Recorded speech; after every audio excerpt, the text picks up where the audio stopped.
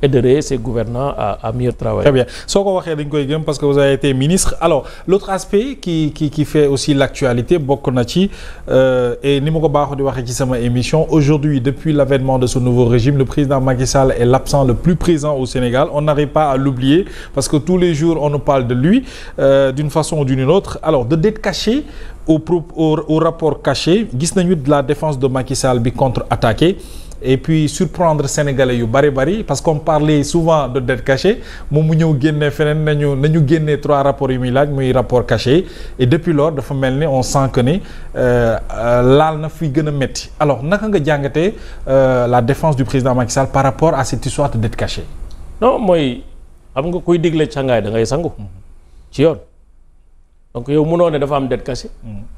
après li tax nga ne dafa am dette cachée nga koy nëbb. nëbb rapport yi nëbb rapportu Mazars. IGF kenn mësul gis rapport bi defe naa. Cour des comptes moom rek moo génne rapport am moom moo ko génne. publier ko ñëpp gis ko. en dehors de la Cour des comptes gisuguma benn rapport buy confirmer li ñuy wax. mais li gën a grave de loolu parce que man gisaguma ci rapport Cour des comptes 57 pages fu ñu ne am na dette cachée. oui évidemment man gisuma ko. évidemment. xam nga problème fi muy am dëgg. mooy ñu jox la rapport yow nga bëgg a wax loo rapport bi lu rapport bi waxul parce que rapport dafa technique c'est pas pour rien que Cour des comptes balaa nga fay dem da ngay nekk magistrat wu benn niveau yi jàng mën a lire rapport xam ni ñuy bindee rapport di peser say mots parce que amul benn mot boo xam ne nii da nga koy bind ko ni ci sa teyu bakkan donc ñoom dañuy am langage boobu si tu n'es pas suffisamment cultivé pour pénétrer langage bi da nga war a maandu malheureusement quand les rapports sont sortis ils ont fait dire à ces rapports ce que les rapports ne disent pas amul benn rapport Cour des comptes bu ne am na dette cachée Cour des comptes terme yi muy utiliser mooy discordance dans les chiffres jóge ministère de l'économie yu jóge ministère des finances engagement hors budget maanaam ça y a eu des prêts bancaires qui ont été contractés alors que jaarul peut-être fi mu war a jaar d'après la Cour des comptes il y a eu des problèmes donc de chiffres entre la dette publique et la DDOP etc donc ci li mu wax dafa leer quand même c'est-à-dire musul ne dafa am dette cachée ki ne moo am dette cachée kooku il a fait une interprétation erronée des conclusions de la Cour des comptes moom moo wax loolu moo tax ma ne la gis nga ñàkk xam ba pare di jéem a xam-xam lu dafay indi musiba te loolu moo ñu indi lii problème de communication oui c'est-à-dire nommer les choses waaw loolu nag soo ko deful mais moo indi problème yi yëpp mais amul benn dette cachée dans le même rapport parce que yow ci sa entendement li mu wër mooy bu ñu la leen dette cachée da nga yaakaar ne oui dañu làqatul benn dem lebi impéto benn affaire entendement sénégalais ba pare nag jël ko sax séddoo ko c'est ça dañ ko détourner dañu làq xaalis bi fan la xaalis bi alors que Cour des comptes nee na la 4582 je pense si mes souvenirs c'est bon 4782 milliards mooy l'équivalent de 7 milliards de dollars yi ñu ne dette cachée la ñoom ñi ñu koy tuddee mu ngi ci biir réew dans le même rapport de la Cour des comptes boo demee ci biir rapport bi dina la leen lii la nii lañ ko utiliser ba ci benn dërëm nii lañ ko utiliser donc soo demee ci rapport Cour des comptes bi moi j'ai le rapport j'ai encore en venant ici j'ai lu le rapport absolument mais da ngay gis ne Cour des comptes wax na la xaalis bi fi mu dugg yëpp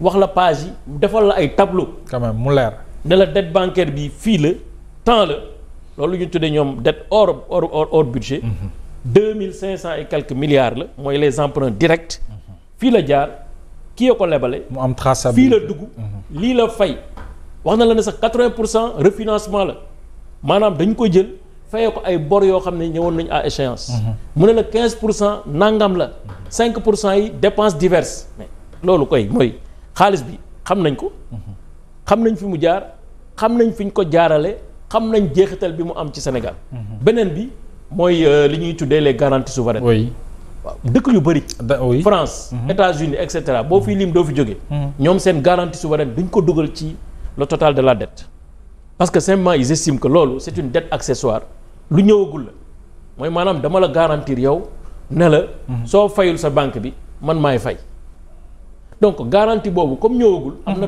état yu bëri dañ ne mais jarul ñu koy dugal. maintenant nañ ko dugal France comme France danaan nañ ko dugal au premier incident wala le premier défaut de paiement ñu dugal ko parce que là le risque est avéré mën naa ko dugal. te loolu sur le plan légal. sur le plan légal sur le plan légal évidemment ñun am nañ directive ici quand même il faut le dire. au niveau de l'UEMOA qui wax ne dette yooyu. les garanties souveraines nañ ko war a dugal ci le total de la dette. oui mais personne ne l'applique. amul benn pays ci UEMOA buy appliquer loolu à 100%. au moins c'est clair oui. parce que simplement bon xam nañ ne lii dafay alourdir seeni dossier financier dafay gën a mettre cette affaire la preuve ñoom tey bu ñu ko commencé def ñoom nee nañ noonu la ñuy def. bu ñu ko commencé def léegi du yàgg dara dinañ dem 140% de la dette. parce que loolu mooy dëgg. mais donc Senelec li muy leb mën na ko fay.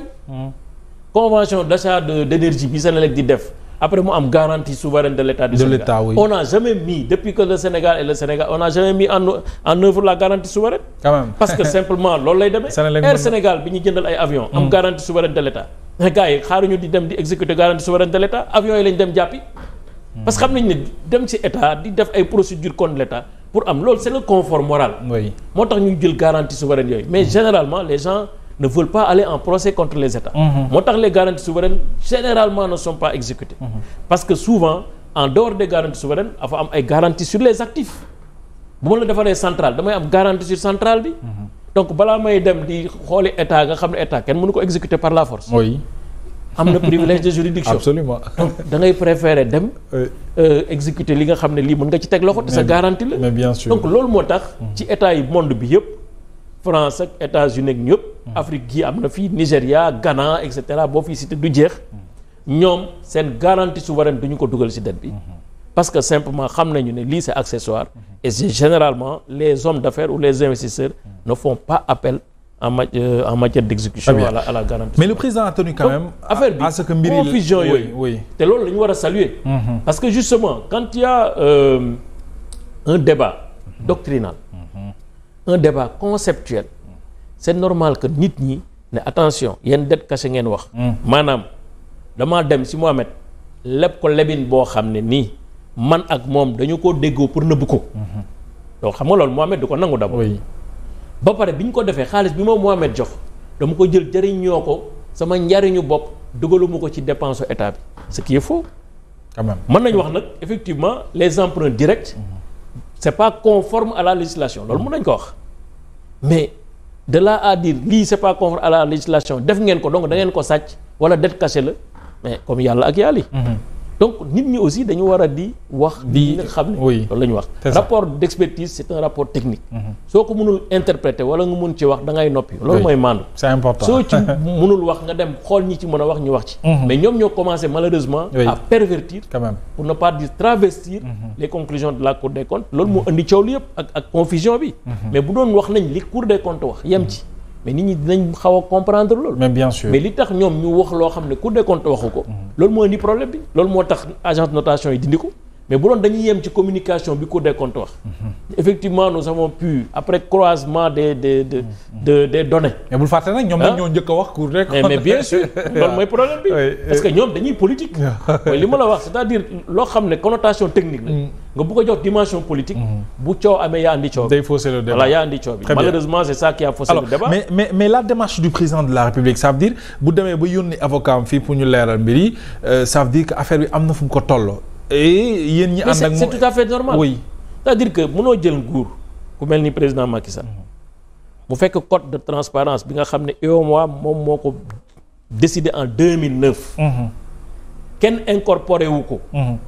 mu ñëw prêter serment def naa ne vers avril ou mars la jël code de transparence yóbbu ko assemblée nationale pour ñu intégrer ko mooy man suma législature ak suma mandat dama ko inscrire sous le sceau de la transparence maanaam lu leer laay def du ma jubadi du ma salfaañe du ma def loo xam ne nii jaaduwul créer beneen loi 2013 tuddee ko OFNAC ne loi bi dañu bëgg nit ki balaa ngay ñëw di dugg ci réew mi di jël gouvernance wala di jël alalu réew mi nga xayma sa bopp xam lan ngay def tegu ko ci yoon defee ko nii am loi sur la déclaration de patrimoine pour la première fois certains institutionnels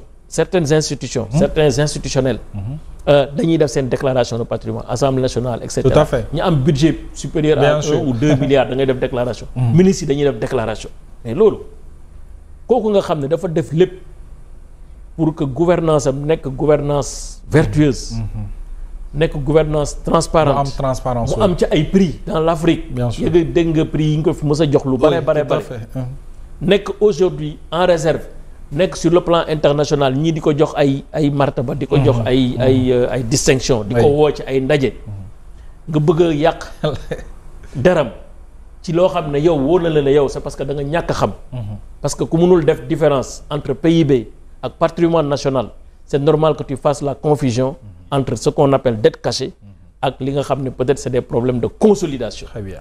loolu dafa war a leer ci bopp nit ñi. Très bien loolu leen mais loolu moo tax président Macky Sall ne man attention. wax bi moom may bëgg a sàppi. quand même nañu dem ñu leeral affaire bi. ci fan la ñu bind dette cachée.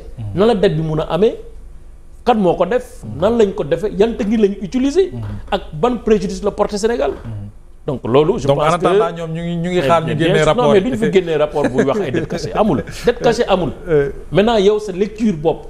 parce que yow mën nga am benn lecture d'un rapport. qui est une lecture erronée. oui. voilà mais dette cachée amul. très bien alors l'autre aspect bi sonal lool monsieur le ministre askan wi bokk na ci taxes yi ma doon rappeler sànq taxe sur les paiements en espèces après Auchan Sonatel et Canal SDE.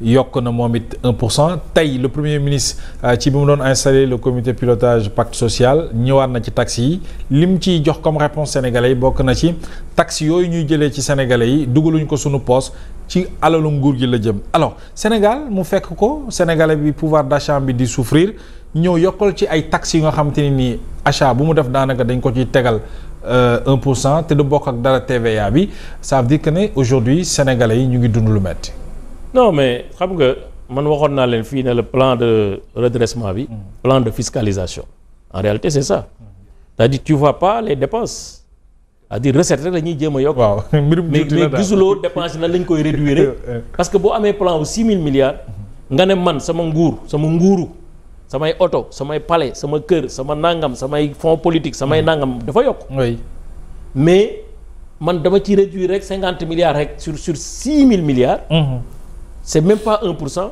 Oui. Mais quand même il faut être sérieux c'est-à-dire que yow loolu plan de redressement bonne façon plan de redressement par contre askan bi surtout ñi nga xam ne ñoo gën a parce que yow doo fay sa courant